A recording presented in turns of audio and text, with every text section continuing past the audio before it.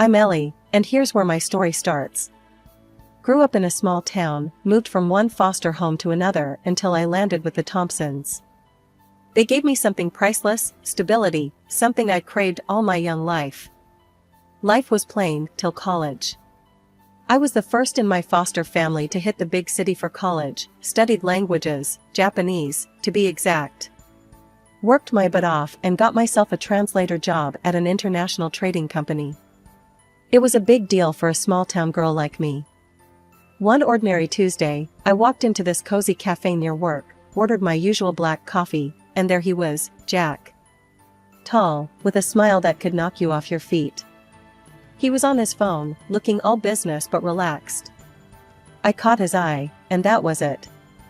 "Hey, never seen you here before," I said, trying to sound casual as I sat down with my coffee. He looked up, his smile widening. "Just trying to escape the office chaos. I'm Jack," he replied, extending a hand. I shook it, feeling a spark. "I'm Ellie. So, what brings Mr. Escape the Office to my favorite spot?" "Good coffee and better company, it seems," he quipped. We hit it off from there.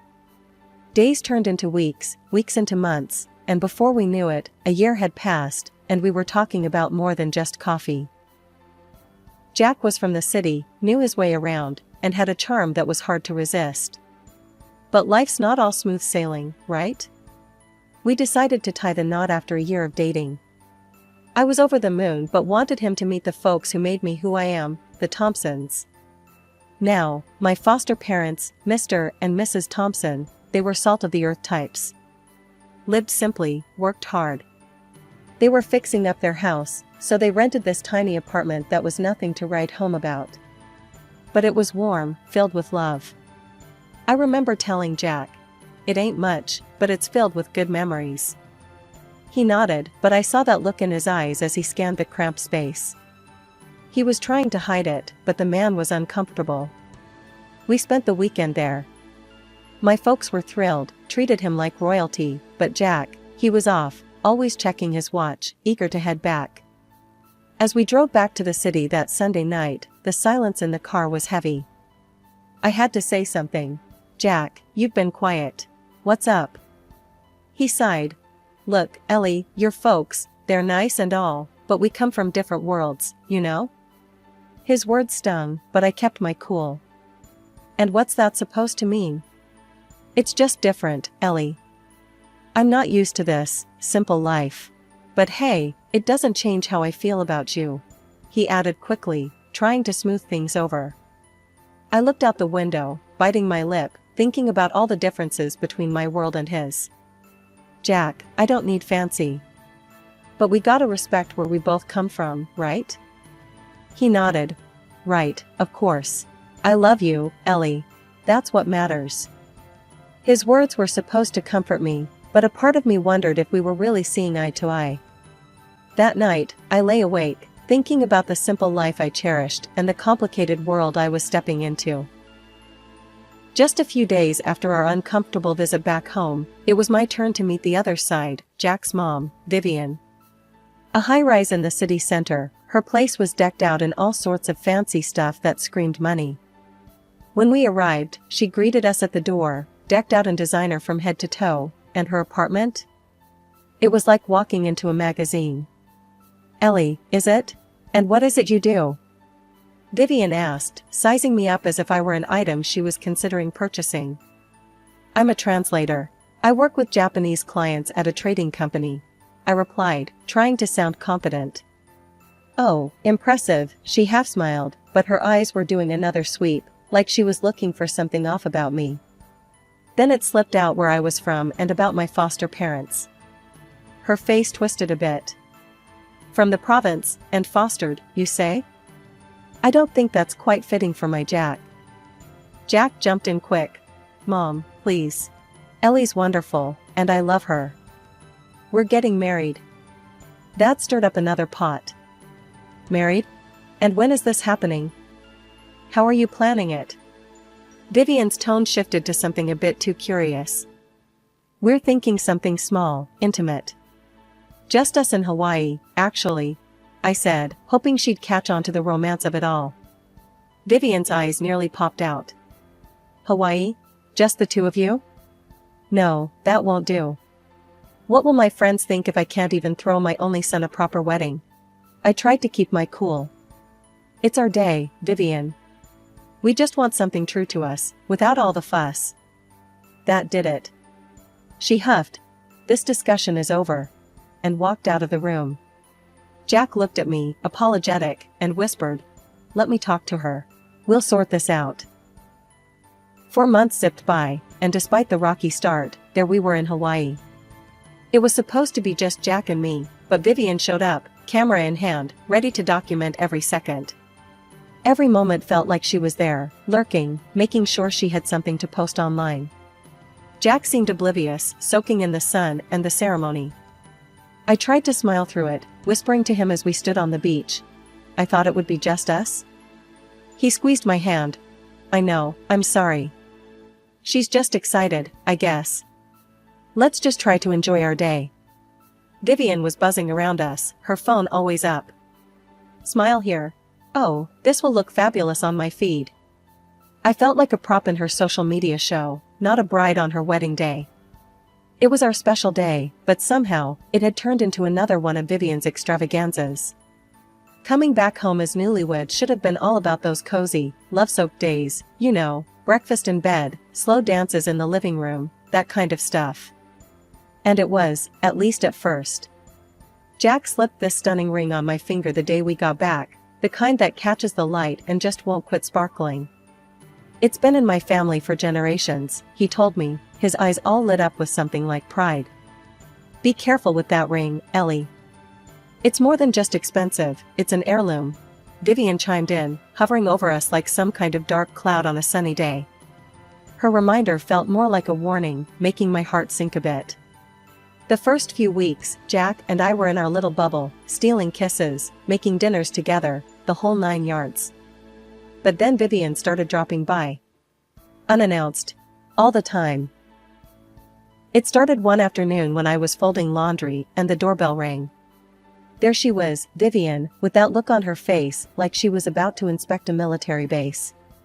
Just checking in on my favorite newlyweds, she said, but her eyes darted around like she was searching for something wrong. I tried to be polite, make small talk even as she wandered into the kitchen, her fingers sliding over every surface. Ellie, darling, do you ever clean? And where are the fresh vegetables? A man needs his greens. Her tone was dripping with disapproval. Jack just shrugged it off when I told him later. She means well, babe. Just try to go with it. Go with it? I echoed, frustration bubbling up. Jack, she's treating me like I'm on trial in my own home. He kissed my forehead, all casual like that was supposed to fix everything. She's lonely, Ellie. Let's just cut her some slack, okay? Slack turned into more slack, until one day I got home late from work. We'd just signed a huge contract with a new client from Japan, and I was buzzing with the thrill of it all, that is, until I found Vivian in my living room, an uninvited storm brewing. I heard you'd been spending a lot of time at the office. Late nights, She raised an eyebrow, her voice thick with suspicion. Yeah, it's a big project. Lots of new opportunities. I tried to explain, but she had a different opinion. 2 days later, Vivian personally came to my office and began counting out loud the men working with me, loudly suggesting I could be having an affair with one of them. Then, without an invitation, she barged into my boss's office. Seeing he was already elderly, she loudly proclaimed, "Well, she definitely won't mess with the old man." I was mortified, my face red as a beetroot. I demanded she leave, apologizing profusely to my boss and colleagues for the disruption. Thankfully, my boss, Mr. Jackson, had a sense of humor and just laughed it off, but the damage was done. That night, I'd had enough. I cornered Jack in our bedroom, my voice low and tight. "Your mom crossed a line today, Jack. She's accusing me of cheating. It has to stop." He sighed, long and heavy. "Just try to get along. Please, for me." But getting along felt more and more like putting up with nonsense. Things between Jack and me started getting rocky, and due to the fact that Vivian was always whispering in his ear. Lately, Jack had been picking apart everything about me, from the way I dressed to the hours I worked. He had never minded before, but suddenly, everything was a problem. "Ellie, why you gotta wear that to work?" Jack frowned one morning as I got ready. "It was just a blouse and skirt combo, nothing fancy." "It's professional, Jack." "What's wrong with it?" I replied, adjusting my skirt. "It's too much. You're just inviting comments, working with all those guys." His tone had an edge, and I knew this wasn't really about my clothes. That was becoming a regular thing now. It got worse on my birthday. My boss gave me a small gift, a book with a note that read, "To my practically daughter." It was innocent, a kind gesture, but Jack blew it out of proportion. "You see? That's exactly what I'm talking about. Why is he giving you gifts?" "It's not right, Ellie." Jack was livid when he saw the book. "Jack, it's just a book. He's like a father figure to me." I tried to explain, but Jack's eyes were clouded with suspicion, all thanks to Vivian's constant meddling. All this tension was a relief to escape when I headed out on a business trip to a neighboring city. Our company was setting up a new factory, and I was looking forward to the break from all the drama at home. The trip went well, and I was wrapping up with a dinner with our Japanese partners when I noticed shadows lurking near the restaurant. My heart raced. The street was dimly lit, but as I walked towards my hotel, the shadows moved closer. Panicked, I asked two colleagues to walk me back. As we neared the hotel entrance, the light from the lanterns revealed who was following me, Jack and Vivian. "What the hell, Jack? What are you doing here?" I blurted out, unable to hide my shock. Vivian stepped forward, her face twisted in anger. "We're making sure you're not up to no good. Can't trust you around all these men, can we?" My colleagues were staring, and I felt my face burn with embarrassment. Trying to calm the situation, I said, "This is ridiculous. You're both acting like I'm some kind of criminal." But Vivian wasn't having it. "I'll be telling your parents about this. They should know what kind of woman you've turned out to be." I couldn't hold back a bitter laugh. "Go ahead, tell them. They'll laugh you out of town." The ride back was a silent one. Jack and his mother sat in the front, and I was alone in the back seat, staring out the window, the city lights blurring into streaks of color as tears filled my eyes. I was married to the man I loved, but it felt like I was trapped in a bad dream, with Vivian as the relentless nightmare that wouldn't end. Vivian had actually gone through with her threat and showed up at my parents' place. I couldn't believe it when Mom called me, her voice shaking as she recounted what had just happened. "She was here, Ellie," Mom said, her voice strained.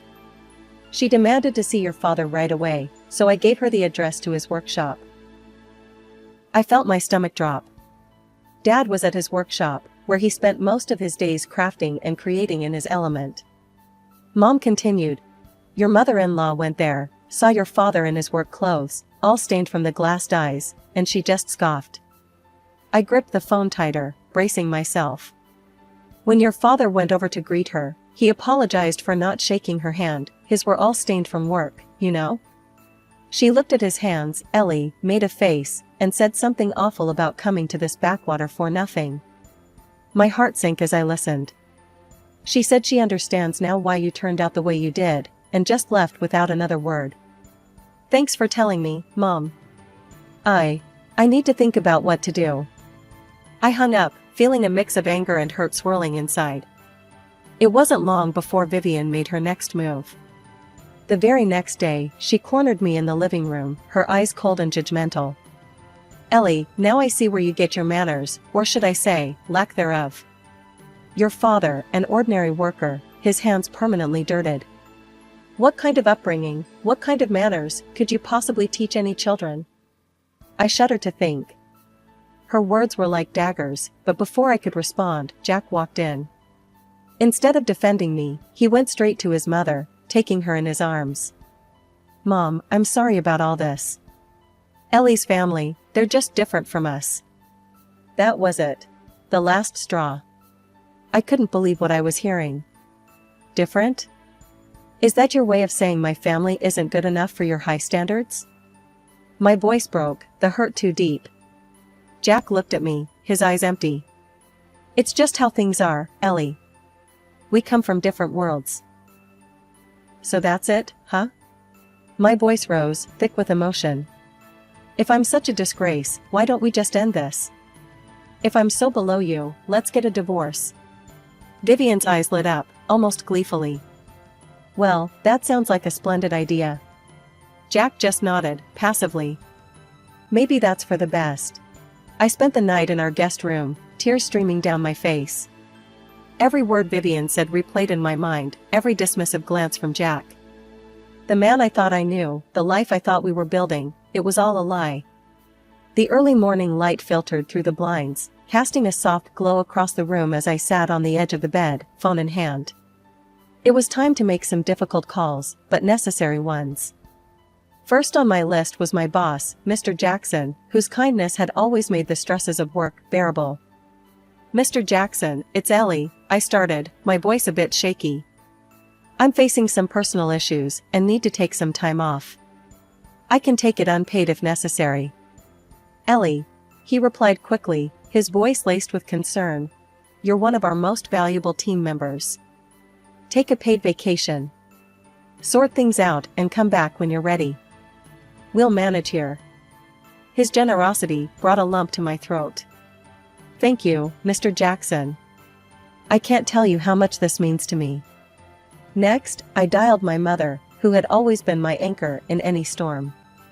As soon as she answered, I spilled everything, the words tumbling out in a torrent of emotion. Mom, it's all falling apart here. I can't do this anymore. Jack and his mom, it's just too much. Her voice was calm, soothing. Ellie, we've been prepared for this call. Your father and I are on our way. Just pack what you need.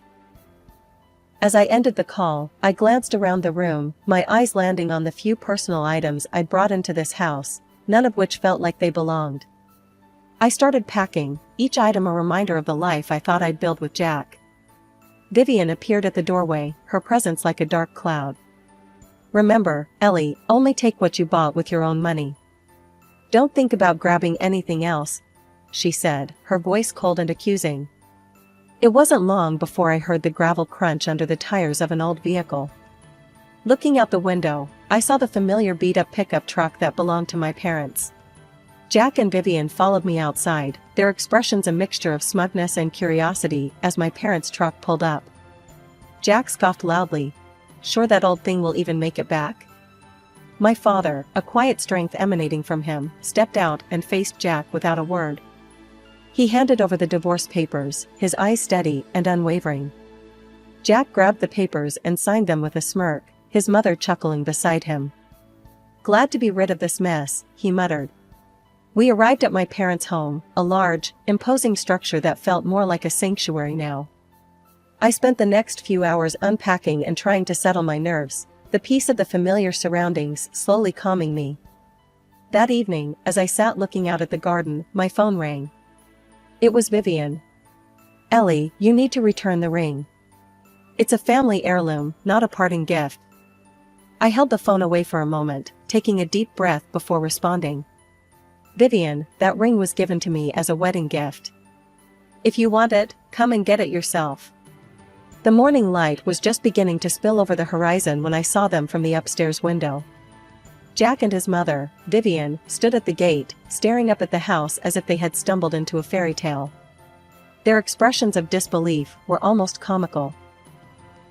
I watched from behind the curtain, a smirk playing on my lips. They looked so out of place against the backdrop of the large, meticulously landscaped front yard, their confusion palpable. Finally, I turned away from the window, hearing the sounds of my parents downstairs. I joined them, and we shared a knowing look before stepping outside. My parents were calm and collected as they walked past Jack and Vivian without a word, heading straight for the garage. They pretended not to notice the bewildered stares from my estranged husband and his mother. As the garage door swung open, revealing the sleek lines of 3 high-end cars, I could hear the sharp intake of breath from Jack. My father chose a gleaming black sedan, and we all climbed in. Just as we were about to pull out onto the driveway, Jack found his voice. "Ellie, what is all this? This house, these cars?" I stepped out of the car, walking over to them with a calm I hadn't felt in months. "This is my family home, Jack. My father owns a glass factory and several commercial properties. This is where I grew up." Vivian's face contorted with confusion and disbelief. But your father, he was wearing work clothes, his hands were dirty." I couldn't help but smile at her naivete. "Yes, Vivian. He was launching a new product line. It's a tradition in his company to get involved, hands-on. It doesn't mean he's not successful or wealthy." They stood there, stunned, unable to reconcile the image of the hard-working man they'd seen with the opulence around them. At that moment, a group of our neighbors approached, their faces bright with smiles. "Good morning, Mr. Thompson. We heard about your latest charity event. It's wonderful what you're doing. You've got our support in the mayoral elections, you know," one of them called out cheerfully. My parents nodded and thanked them. Jack's face was a mixture of awe and regret, his eyes darting between his mother and me. Vivian looked like she had swallowed something bitter, her earlier arrogance washed away by the undeniable reality in front of her. I turned back to the car, giving Jack and his mother one last look. "Well, I guess you see things a little differently now," I said, not unkindly. Their expressions, a mix of shock and realization, were all the confirmation I needed that the past, with all its hardships and heartaches, was finally behind me. The morning's revelations hadn't even settled when Jack made his move. He shoved his mother aside with such force that she stumbled. "It's all your fault, you know. You pushed her away with your nonsense," he shouted at her, his words laced with bitterness. Then, turning to me, his demeanor changed completely. He rushed over, trying to pull me into an embrace, his hands reaching out as if trying to erase everything with a simple touch. "Ellie, please, listen to me. We were good together, weren't we? I love you, I really do," he pleaded, his voice a desperate whisper. I recoiled from his touch, the warmth we once shared long extinguished by his betrayal. "Stop, Jack. Just stop," I said firmly, pushing him away with all the strength I could muster. I quickly got into the car, my heart pounding. My father, without a word, pressed the remote control, and the garage doors began to close behind us. Jack and his mother stood there, calling out, their voices a blend of desperation and disbelief. "Ellie, please, forgive us. We didn't mean any of it," Jack yelled, his voice cracking under the strain. Vivian, scrambling on the ground for the dignity she'd lost, joined in. "Ellie, my dear, I was wrong. Please." As we drove away, the finality of the moment weighed on me, but a part of me needed closure, a definitive end to this chapter of my life. As we reached the end of the driveway, I asked my father to stop the car. Jack, thinking this was his chance, ran up to the car, his face lit up with hope. His mother, a few paces behind, tried to catch up, her earlier elegance replaced by desperation. Without a word, I rolled down the window, pulled the wedding ring from my finger, and held it out for a brief moment. Jack's eyes widened as he realized what was about to happen. "This is where it ends, Jack," I said, my voice steady. With that, I threw the ring out of the window. It glittered briefly in the morning sun before landing on the soft grass beside the road. Jack's mother, ever the opportunist, rushed to where the ring had fallen, her hands scrambling through the grass. I rolled up the window, shutting out their pleas and the painful past they represented. "Let's go, Dad," I said quietly. 2 weeks later, I was back in the city, in a new apartment that felt more like home than I'd felt in a long time. I returned to work, where Mr. Jackson welcomed me with open arms and a gentle understanding that eased my transition back into routine. Jack made several attempts to contact me, each more desperate than the last. He claimed to have cut ties with his mother, begging for another chance. But some things, once broken, can't be mended. I told him it was over for good this time, and blocked his number. No more words were needed.